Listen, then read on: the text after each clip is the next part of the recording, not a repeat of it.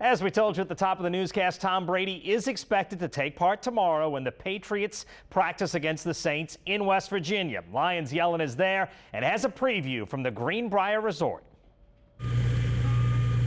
If the bruised and battered Saints are looking to tighten things up before they return to New Orleans, welcoming the NFL's reigning top dog to town could be just what the doctor ordered.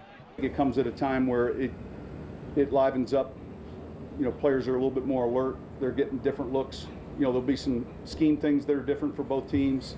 And then personnel, you know, you're getting a chance to really look at 90 other players that you're not as familiar with. The practices aren't so much a measuring stick for the Saints, but rather an opportunity for both teams to test their mettle against unfamiliar competition. You do get used to the same DBs going against them in one-on-ones and in team periods and stuff like that. So, like, it'll be a fresh start to go against a new set of new secondary this upcoming week.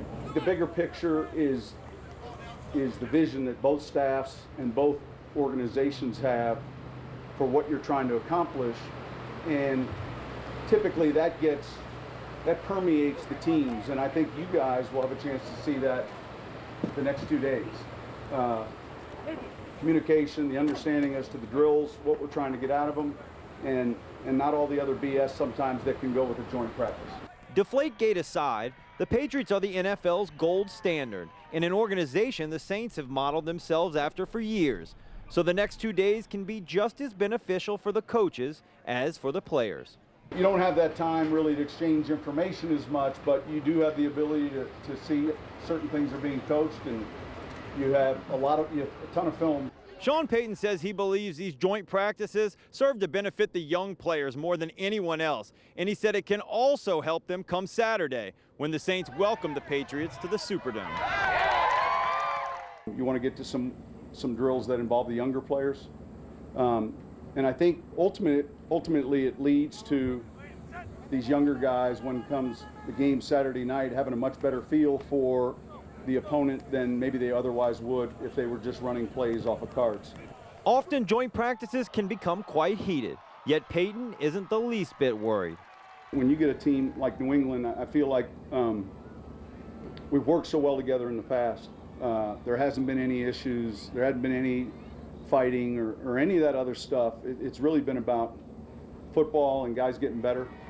So when you have that type of success with prior practices, it's easy to commit to another one. Reporting with the Saints in West Virginia, Lions Yellen, Eyewitness Sports. All right, thanks, Lions. Jesuits' run ended today. They are the national runners-up. The Blue Jays-based Retief Oil made it all the way to the national championship game at the Legion World Series against a team from South Carolina. That's Ben Hess for Jesuit with the RBI single. The Blue Jays trailed 2-1. Hess has been terrific all tournament. South Carolina got 4 big runs in the 8th to open up a large lead.